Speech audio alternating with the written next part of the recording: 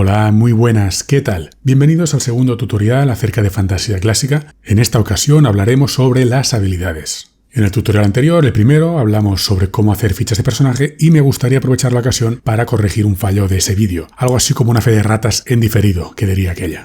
En el ejemplo de la creación del elfo Montaraz, dije que el personaje recibía una serie de talentos y habilidades simplemente por ser rango 0. Y eso es completamente erróneo. No consigues ningún talento ni ninguna habilidad hasta que alcanzas el rango 1. En ese caso no había problema porque alcanzó el rango 1 y habría obtenido igualmente esos talentos y esas habilidades, pero quiero corregir, quiero especificar y concretar que eso estaba mal. Esos talentos, esas habilidades, no las recibía en ningún caso en el rango 0, sino en el rango 1. Hecha esta corrección absolutamente necesaria, centrémonos en este vídeo las habilidades. A lo largo de este vídeo no voy a ir comentando en qué manual y en qué página puedes ir encontrando la regla de la que estamos hablando, sino que lo voy a comentar ahora. Todas las reglas de las que hablemos las encontrarás en Mithras, ya que en fantasía clásica los cambios son mínimos. De hecho, no hay ningún cambio. Lo que aporta fantasía clásica al tema de las habilidades no son reglas sino contenido, es decir, añade nuevas habilidades como adiestrar animales, forzar cerraduras y otras habilidades relativas a las clases mágicas, como por ejemplo serían canalización, conocimientos arcanos, fe, lanzamiento arcano, etc. Por tanto, repito, todas las reglas de este capítulo las podrás encontrar en el manual de Mithras. El contenido de este vídeo es fundamental porque no solamente nos sirve para comprobar si un personaje logra aquello que se propone, una prueba de habilidad, sino que varias mecánicas de las que aquí se explicarán sirven para futuros capítulos muy importantes como son el combate o la magia, entre otros. Así que empecemos. Veamos pues cómo funcionan las habilidades. Cada habilidad tiene un valor porcentual basado en la suma de los valores de dos características más otros puntos añadidos durante la creación del personaje o por mejoras por experiencia. Este valor de la habilidad puede ser superior a 100 a pesar de ser porcentual. Cuando se comprueba si un personaje es capaz de superar un reto o una prueba, se tira un dado de 100 y se compara su resultado con el valor de la habilidad contra la que se ha tirado. Si el resultado de la tirada es igual o inferior a su habilidad, lo ha conseguido. Si el resultado es mayor que la habilidad, entonces ha fracasado. Si el resultado de la tirada está entre 1 y 5, se considera que ha tenido un éxito automático, y si la tirada ha salido entre 96 y 100, entonces es un fallo automático. En fantasía clásica se pueden obtener críticos y pifias. Un personaje obtiene un crítico cuando su tirada es igual o menor a una décima parte de su habilidad. Por ejemplo, si tirase contra una habilidad en la que tiene un 40% de posibilidades de éxito, si obtuviese un resultado de un 4 o menos, obtendría también un éxito crítico. El valor de esta décima parte se obtiene después de haber aplicado todos los modificadores al valor de tu habilidad. Por ejemplo, si obtuvieras un por 2 a tu habilidad porque la prueba es muy fácil, como veremos a continuación, pasarías a tener un 40% a un 80%. Por tanto, el valor contra el que tirarías para obtener un crítico ya no sería un 4, sino que sería un 8, que es el 10%, la décima parte de 80%. Y el valor de esta décima parte de la habilidad siempre se redondea hacia arriba. Por ejemplo, si tuvieras un 71% en una habilidad contra la que tirases, obtendrías un crítico si sacaras un 8 o menos, porque la décima parte de 71, 7,1, se redondea hacia arriba y por tanto es un 8. Un personaje obtiene una pifia cuando su tirada es de un 99 o un 100, pero en el caso de que su habilidad sea mayor que el 100%, entonces solo pifiaría con un resultado de un 100. Le corresponde al director de juego decidir el alcance del crítico de la pifia en función de la habilidad y la situación. Como acabamos de comentar, el valor de una habilidad se puede modificar circunstancialmente, ya sea a criterio del máster o porque alguna situación o alguna habilidad o algún hechizo así lo indique. En función de la dificultad del reto, se modifica consecuentemente el valor de la habilidad del personaje. En caso de varias penalizaciones, se tiene únicamente en cuenta la que suponga el mayor grado de dificultad. En esta tabla se indica cuál es el multiplicador de tu habilidad en función del grado de dificultad de la prueba.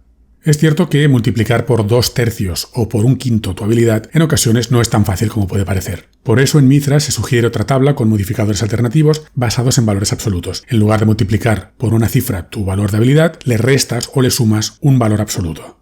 Sin embargo, y esto es mi opinión, en el sistema BRP, que es porcentual y por tanto es proporcional, modificar habilidades con valores absolutos desvirtúa bastante la habilidad y puede llevar a romper un poco el juego o el sistema. Yo creo que para unas tiradas porcentuales, es decir, proporcionales, es mucho mejor multiplicar estas habilidades por fracciones o por valores que no sumarle o restarle valores absolutos. Pongamos por caso ahora que Eliadan, el elfo Montaraz que creamos anteriormente, tiene que hacer una prueba de supervivencia, en la cual tiene un valor base de 42%. Tiremos y a ver qué ocurre. Ha obtenido un 38. Un 38 ya de por sí solo es inferior a 42% y por tanto lo habría obtenido, pero vamos a repasar en qué otras dificultades habría tenido éxito o no. Por ejemplo, muy fácil, su habilidad se ha multiplicado por 2, ha pasado de 42 a 84 y lo habría conseguido porque un 38 es igual o menor a 84.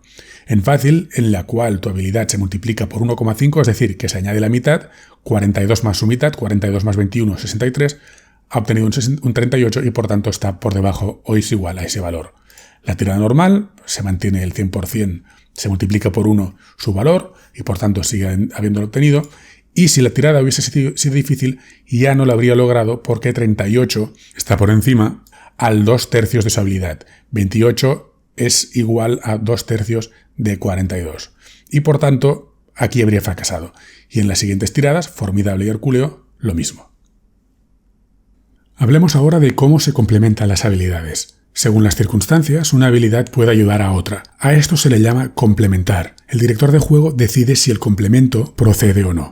Por ejemplo, un montaraz que estuviera siguiendo un rastro y hiciese una tirada de rastrear, podría comentarle al máster que conoce muy bien la zona y quisiera complementar rastrear con su habilidad de conocimiento local. Además de contar con el beneplácito del director del juego, habría que seguir las siguientes reglas. Los personajes solo pueden aumentar la habilidad con una única habilidad complementaria. La habilidad principal aumenta circunstancialmente, exclusivamente para esa tirada, en un 20% de la habilidad complementaria. Por ejemplo, si el montaraz tuviese un 25% en conocimiento local, un 20%, la quinta parte de 25, sería 5. Y entonces podría añadir circunstancialmente ese 5% a su habilidad de rastrear. Además, los personajes pueden tratar de ayudarse entre sí complementando las habilidades de otros personajes con una suya. Sin embargo, como hemos visto en el primer punto, los personajes solo pueden aumentar la habilidad con una única habilidad complementaria. Esto significa que si otro personaje le ayuda, ningún otro ni él mismo se podrá complementar su habilidad con otra. El caso opuesto a complementar las habilidades serían los límites a las habilidades. Limitar una habilidad con otra significa que el valor de la habilidad principal queda restringido al valor, lógicamente menor, de la secundaria. Por ejemplo, alguien que estuviese intentando negociar, regatear, influenciar a una serie de goblins y tuviese, por ejemplo, un 70% en influenciar y un 30% en la lengua goblin, el director de juego podría considerar que no puede utilizar su 70% en influencia, sino que tendría que limitarse al valor de su idioma de goblin, ese 30%. Lo acabo de comentar, pero para que no quede ninguna duda, es el director de juego quien determina si procede a limitar la habilidad principal y con qué habilidad secundaria. Veamos ahora cómo funcionan las tiradas opuestas. Estas son mecánicas muy importantes en fantasía clásica porque no solamente sirven para resolver acciones, por ejemplo, robar, hurtar algo y comprobar si el otro se da cuenta, o comprobar si ha podido robarlo sin que el otro se entere, etc., sino que sirven para otros aspectos tan importantes como para comprobar si alguien es capaz de resistirse a un conjuro mágico o para comprobar quién de los combatientes es capaz de obtener efectos de combate, los tan ansiados efectos de combate. Las tiradas opuestas se usan siempre que la víctima se resista, aunque sea pasivamente, a la acción de un personaje. Existen dos tipos de tiradas opuestas, las enfrentadas y las diferenciales. Las tiradas enfrentadas son binarias, es decir, o se tiene éxito o se fracasa. Para resolver una tirada enfrentada, ambos participantes tiran por sus habilidades respectivas. Quien obtiene un mayor nivel de éxito gana el enfrentamiento. Es decir, si por ejemplo un personaje obtiene un crítico y el otro obtiene un éxito, el que ha obtenido el crítico gana el enfrentamiento. En el caso que ambos personajes obtuvieran el mismo nivel de éxito, es decir, que ambos obtuvieran un crítico o ambos obtuvieran un éxito, ganaría quien obtuviese la tirada más alta. Y ojo con esto, porque en este juego puede parecer que siempre interesa obtener la tirada, el resultado más bajo posible. Porque sí, interesa mejor sacar un 4 o un 3 o un 2 para obtener un crítico que obtener un 40 y obtener simplemente un éxito normal. Pero, en caso de ambos personajes haber obtenido el mismo nivel de éxito, es decir, que ambos hayan obtenido un crítico o que ambos hayan obtenido un éxito, te interesa tener una tirada más alta que la de tu rival. En el caso de que ambos personajes fallaran su tirada, la situación transcurre de un modo tenso y dramático, tal y como narra el director de juego en ese momento, y se vuelve a tirar para determinar finalmente un vencedor. Esta mecánica, la de las tiradas enfrentadas, son habituales para habilidades enfrentadas de personajes, sobreponerse a los efectos de las heridas, oponerse a un efecto especial de combate e intentos de resistirse a magia, venenos, enfermedades, etc. El segundo caso de las tiradas opuestas son las tiradas diferenciales, y estas son graduales, es decir, se cuentan las diferencias en niveles de éxito porque importan, Cuantos más niveles de éxito hayas obtenido respecto a tu rival, mejor. Esta es una mecánica que se utiliza constantemente en el combate porque determina quién obtiene los ansiados efectos de combate y cuántos. Para resolver una tirada diferencial, ambos participantes tiran por sus respectivas habilidades, y no solo se persigue saber quién es el ganador del enfrentamiento, sino por cuánto ha vencido y, por tanto, cuántas ventajas obtiene. Se consulta la tabla de tiradas diferenciales. Si, por ejemplo, un personaje jugador, al que consideraremos el protagonista, obtuviese un crítico en su tirada y, en cambio, su rival, el antagonista, fallara su tirada, consultando esta tabla comprobaríamos que el protagonista, el personaje jugador, ha obtenido 2 niveles de éxito. ¿Qué ocurre cuando uno o ambos participantes en una tirada opuesta tienen su habilidad por encima del 100%? Si la habilidad del contendiente más hábil en una tirada opuesta supera el 100%, la diferencia entre el valor de su habilidad y el 100% se resta del valor de la habilidad de todos los participantes. Por ejemplo, si un personaje tuviese su habilidad al 130% y su rival la tuviese al 80%, ambos se restarían un 30%. De este modo, del primero pasaría del 130% al 100% y en el segundo personaje pasaríamos del 80% al 50%. Hay que identificar quién es el contendiente más hábil después de haber aplicado todos los modificadores, ya sea por dificultad o por cualquier otro motivo. No tengo claro el motivo de esta regla, no sé si es por simplificar las reglas, simplificar las tiradas, es decir, es más fácil tirar con un 50 y un 100% que no con un 80 y un 130. La otra razón que se me ocurre es que se esté persiguiendo un fin matemático probabilístico detrás de esta modificación. Si este fuera el caso, si se estuviera persiguiendo un fin matemático probabilístico, entiendo que esto habría que aplicarlo siempre, pero si lo que se estuviera persiguiendo es simplificar las tiradas y las mecánicas, entonces esto ya quedaría a criterio de cada mesa utilizar esta regla o no. En el juego no se indica en ningún momento que esta regla sea opcional, pero en mi mesa es posible que no se aplique. Vistas ya las tiradas opuestas, ahora sería el momento de comprobar cómo funcionan las tiradas grupales. Las tiradas grupales son una manera de ahorrar tiempo cuando se debe determinar el éxito de un grupo de personajes, ya sean jugadores o no jugadores. Hay 2 tipos de tiradas grupales, las tiradas en equipo y las tiradas eliminatorias. En las tiradas en equipo, el personaje del grupo con la habilidad más alta hace la tirada. Si tiene éxito, lo tiene todo el grupo. Por ejemplo, en la plaza de un pueblo, en día de mercado, los personajes están buscando a un ladrón. Solamente con que uno de ellos lo encuentre, lo habrá encontrado todo el grupo. También existe la tirada en equipo inversa. Si un personaje del grupo fracasa en su intento, todo el grupo fracasa y hace la tirada el personaje con la habilidad más baja. Pongamos también un ejemplo inverso al anterior. En caso de que ellos fueran los ladrones y se estuvieran escondiendo en el mercado, solamente con que uno fuera ruidoso y escandaloso bastaría para que fueran encontrados.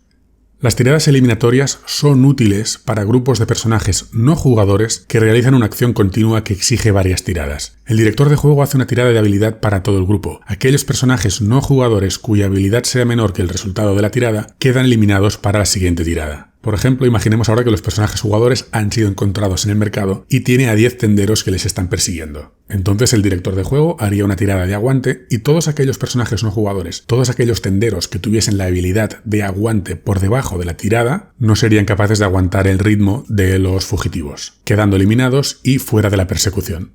Habría una tercera tirada grupal, aunque no es exactamente una tirada porque no se tiran los dados, y sería la de éxito proporcional en habilidades. Este método es aún más ágil para determinar cuántas personas de un mismo grupo de personajes con el mismo valor en la misma habilidad superan la prueba. La prueba la supera el porcentaje de personajes igual al porcentaje en dicha habilidad. Por ejemplo, imaginemos que esos 10 tenderos que están persiguiendo a los jugadores, todos tienen la misma habilidad de aguante, un 40%. Esto significaría que solamente el 40% de esos 10 perseguidores continuarían con la carrera. Por tanto, de esos 10 solamente continuarían 4. Pues esto sería todo para este vídeo. Como he dicho anteriormente, estas mecánicas no solamente sirven para resolver las acciones de los personajes, sino que se utilizan en muchas otras mecánicas muy importantes como el combate, la magia, entre otras. Así que sería conveniente tenerlas claras para los futuros vídeos. En el próximo vídeo hablaremos del equipo y probablemente será aún más corto que este. Gracias por seguirnos. Hasta la próxima.